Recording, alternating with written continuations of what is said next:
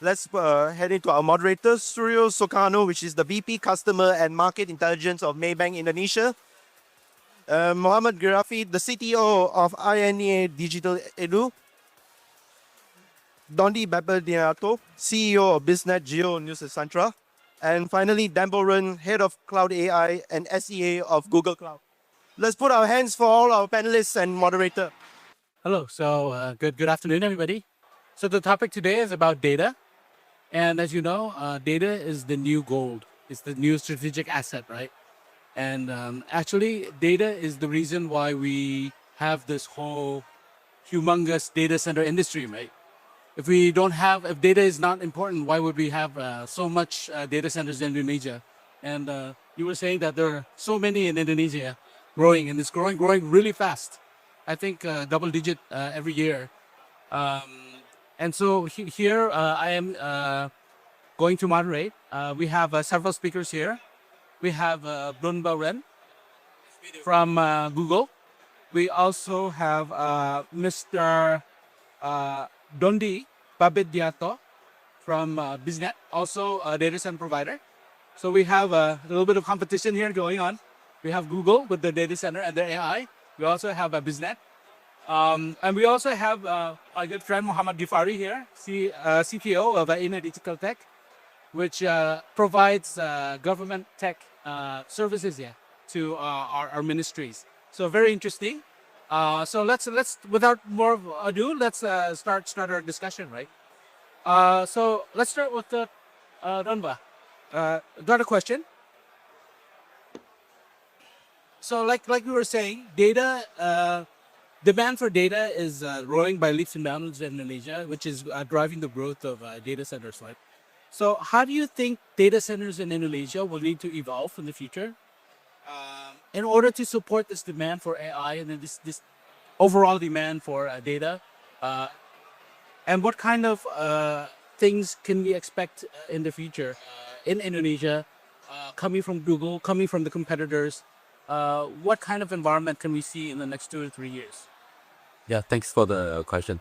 My understanding is if you look at the data center evolution, the history, the first era will be all about, infrastructure, like lift the shift. The customer don't need to manage your, compute storage network, and you leave it to the data center operations to provide fully managed service. I think phase two is like, I call it application modernization. Like the application start to use the modern architecture, like you still service mesh, container technology, then you provide a fully managed service. I think now we look at AI, especially giant AI technology. I think one of the possible direction for the data center operator is provide a kind of platform as service, which is not only the GPU, underlying, but you provide a value-added service to cover end-to-end AI pipelines. If we can stretch another level, if you look at the new Gen AI technology, like different models from open source model like Llama, closed source model like Gemini, OpenAI, it will be very natural direction for the data center operator. You provide a kind of model as a service. You provide the capability for them to choose different choice. But if you look at agentic AI part, there is so many open source framework like LangChain, LangGraph, Pro AI. That's another area you provide a kind of agentic AI framework as a service. So this is the value added part.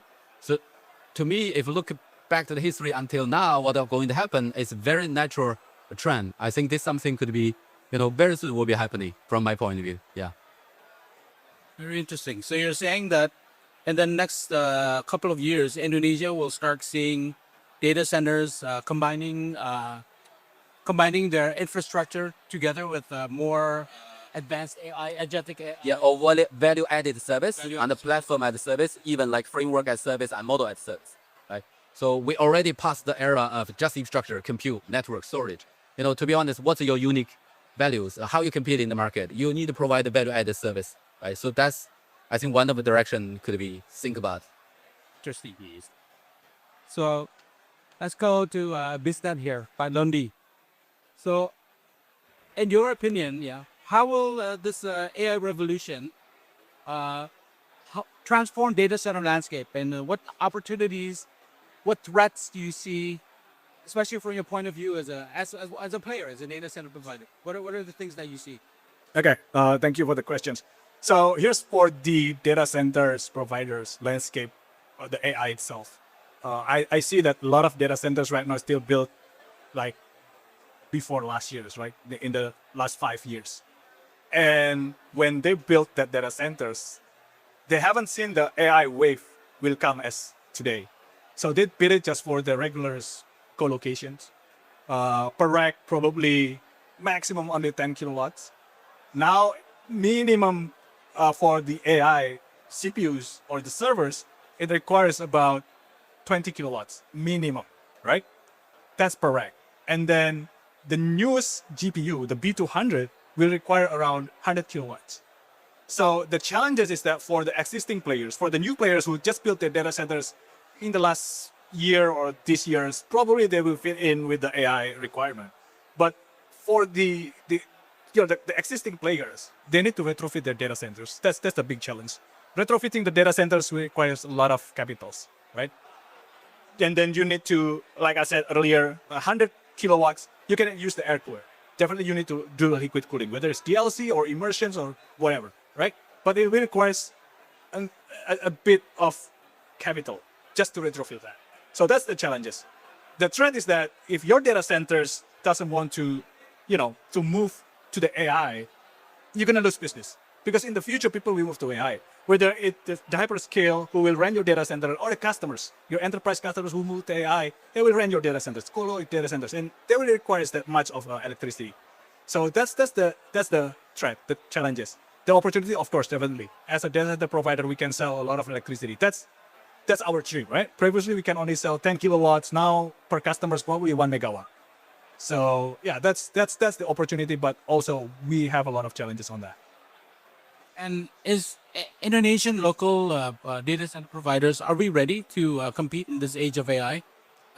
Providing this kind of beyond infrastructure and beyond just the basics, and really going up the ladder in terms of value added services. I mean, I can talk on behalf of my competitors definitely, but us as a data center provider, we are retrofitting our data centers. We are building the new data centers that's to fulfill the requirement of AI. So that's what we do. I think our competitors is also doing the same way. But yeah, like I said, the challenge is always how to, retrofit your existing infrastructures to fit in with the AI requirement. Interesting, very interesting. We also have here Pa Muhammad Ghifary, who's a CTO of Inna Digital Edu. So you focus on your Kementerian Education, Ministry of Education. Ministry of Education. So how is this? How is the demand growing for data center services? I know that you're a major user, data center services.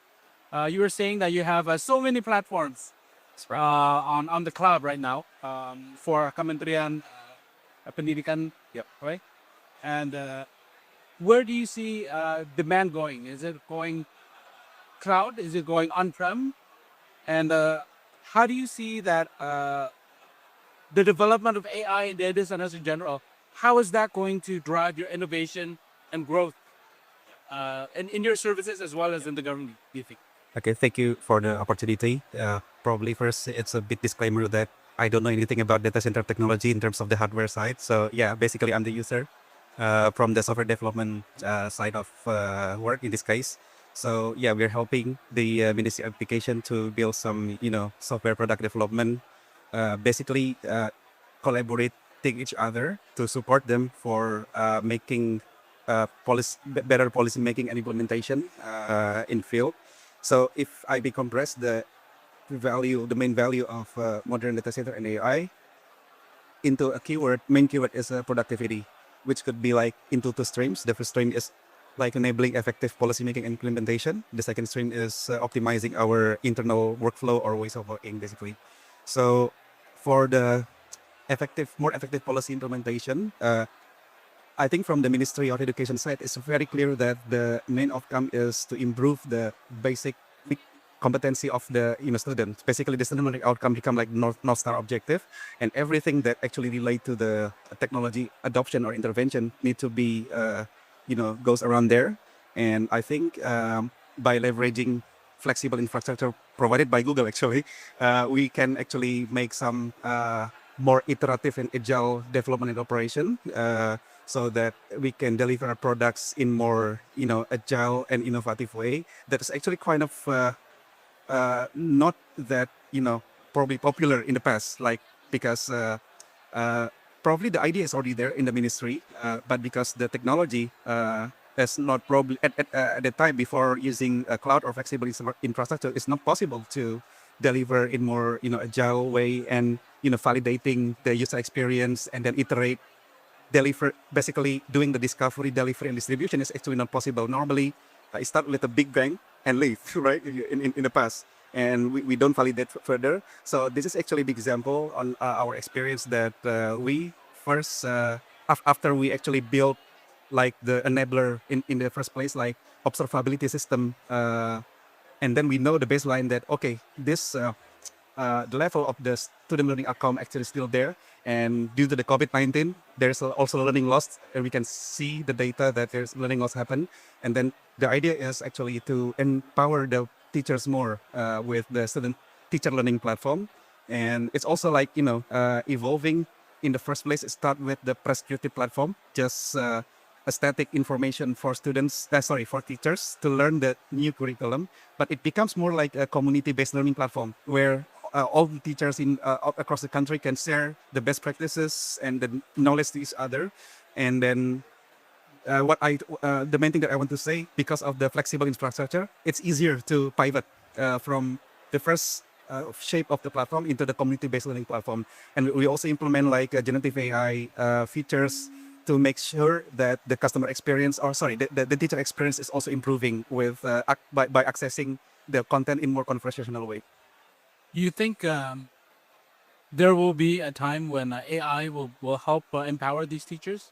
In the science fiction movies, the teachers will be replaced by AI. But right now we're talking about empowering the teachers.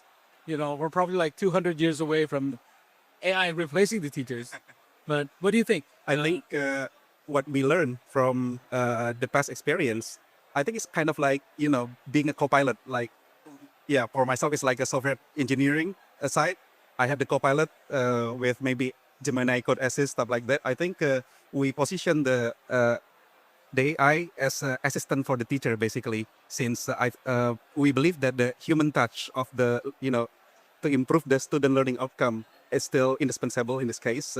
But I think the value that can be leveraged by the teachers, they can access the learning contents more easily in a more democratized way. This was actually quite hard in the past before we actually implement the generative AI features.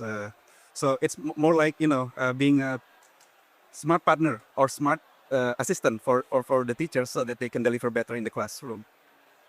I really want to make a comment on the question you asked. I think Jeffrey Hinton, if you know it, is called AI Godfather. He once talked about say, hey, what kind of job in the future you don't need to worry about it replaced by AI. By the way, I agree with you. AI is more like augmented. People make a decision. He talked about two jobs. One is the teacher, because students or kids have to learn from a human. You cannot learn from technology. This is number one. Number two, he talked about another job. It's very funny. It's talk about a plumber. He don't think any AI can replace the plumber to the job. Hey, fix your plumber problem. But anyway, that's a very good question. I just want to comment. So I guess we're out of time right now. So thank you for input from the data center providers, AI providers, as well as the users. I think it's very interesting. We understand a little bit more about where the data center and the AI is intertwining. We also learn, what are the potential things that can be done with this kind of a new technology. So I hope we learned something a little bit new today. Thank you for your time. Have a great day.